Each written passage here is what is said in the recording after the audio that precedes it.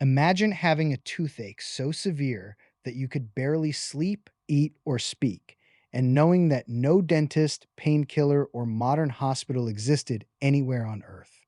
For most of human history, a bad tooth was not a minor inconvenience. It could become a serious threat. Today, a toothache usually means making an appointment, taking medication, getting an x ray, and perhaps having the tooth repaired or removed. But thousands of years ago, none of those options existed. So, what did ancient humans actually do when their teeth began to rot? The answer is stranger than you might expect. For a long time, researchers believed severe dental disease was relatively uncommon among ancient humans. After all, their diets contained far less refined sugar than ours, and that assumption is partly correct. But ancient teeth tell a much more complicated story. Archaeologists have discovered cavities, worn teeth, infections, abscesses, and even evidence of people attempting to treat damaged teeth. And some of these problems were not caused by sugar at all. Imagine chewing grains every day with stone tools. Tiny particles of stone could become mixed into the flour. Over years of eating, those microscopic particles acted almost like sandpaper against the teeth. The result was extreme wear. Some ancient teeth became so worn that the protective enamel disappeared, exposing the sensitive material underneath. And once that happened, something as ordinary as eating could become incredibly painful. But there was another problem. Food could become trapped inside damaged teeth. Bacteria could then invade deeper layers. Eventually, an infection could develop inside the tooth. And this is where an ancient toothache could become dangerous, because a tooth isn't simply a hard object sitting inside your mouth. Deep inside it is living tissue containing nerves and blood vessels. When bacteria reach that inner tissue, the body's immune system begins fighting the infection. Pressure builds inside the confined space, and the pain can become intense. Modern dentistry has several ways of dealing with this. Ancient humans had almost none. So, what could they do? One obvious solution was to remove the tooth. And surprisingly, there is archaeological evidence that humans were doing something like this thousands of years ago.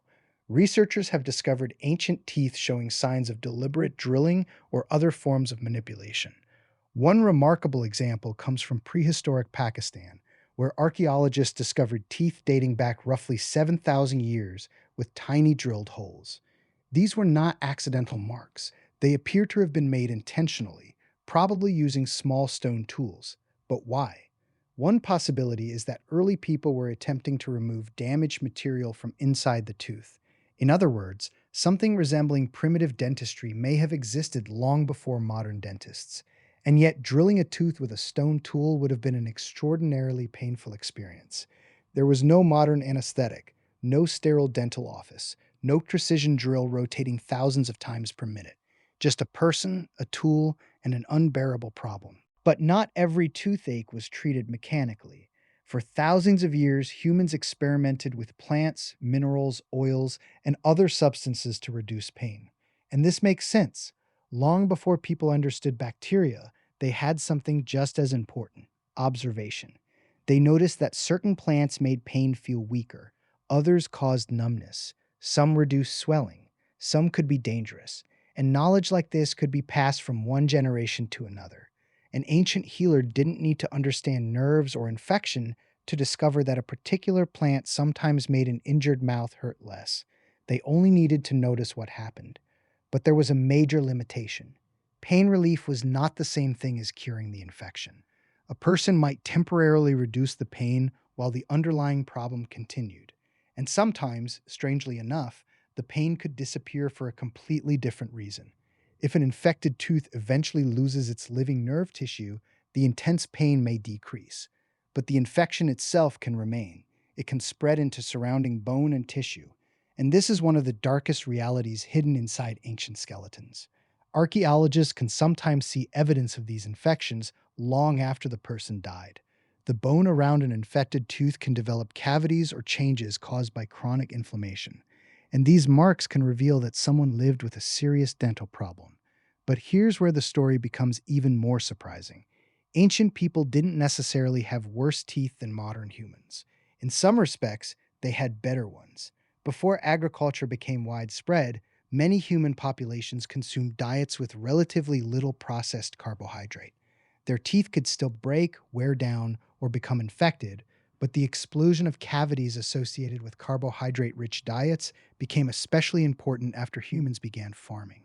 As people started relying heavily on grains and other starchy foods, the environment inside the mouth changed. More fermentable carbohydrates meant more opportunities for certain bacteria to produce acids. Those acids gradually damaged tooth enamel, and humans had accidentally created a new dental problem through one of civilization's greatest revolutions. Agriculture gave us more reliable food. It helped populations grow. It eventually helped create cities and civilizations. But it also created an environment in which tooth decay could flourish. The irony is remarkable.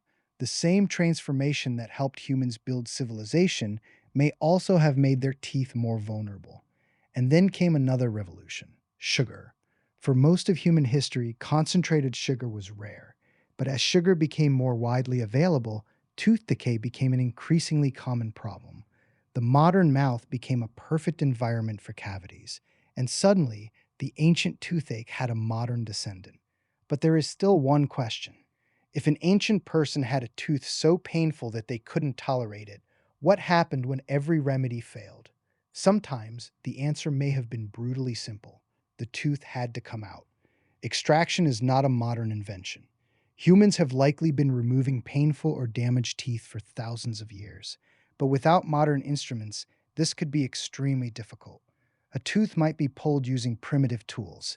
It could be loosened manually, or in some cases, a person may have simply waited for the tooth to become so damaged that it eventually fell out. And even extraction came with danger. The mouth is full of bacteria.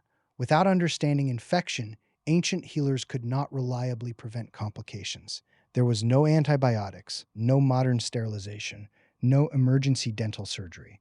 A procedure intended to solve one problem could potentially create another. Yet ancient humans were not helpless. They had something that often gets overlooked when we imagine prehistoric life. They had accumulated knowledge. They knew which foods hurt. They knew which plants soothed pain. They understood that certain injuries could heal. They knew that some people had special skills for treating wounds and illness. And over generations, those observations became traditions. Some of those traditions were probably effective. Others were probably useless. And some may have been dangerous. But together, they represent something fundamental about being human. We have always tried to understand our bodies, even when we had no idea what bacteria were, even when we couldn't see nerves, even when we didn't understand inflammation. A person thousands of years ago could still recognize something that every human understands instantly. Pain means something is wrong.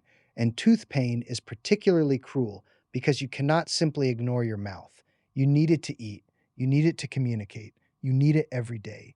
A damaged tooth turns one of the most ordinary activities in human life into a reminder that something inside your body is failing. And perhaps the strangest part is that the ancient toothache connects directly to our own. The tools have changed, the knowledge has changed, the treatment has changed, but the experience itself has not.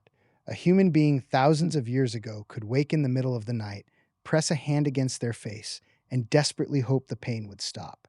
A human being today can do exactly the same thing. The difference is that today, when the sun rises, there is probably a dentist waiting somewhere to help. For our ancestors, there was no appointment to make, no x-ray to take, no anesthetic to numb the pain, only whatever knowledge their community had managed to preserve. And that means every ancient tooth found in the ground is more than a piece of bone. It is evidence of hunger, survival, disease, adaptation, and pain. A tiny record of what it meant to live inside a human body thousands of years ago. And the next time you feel a toothache and reach for your phone to book a dentist, remember this.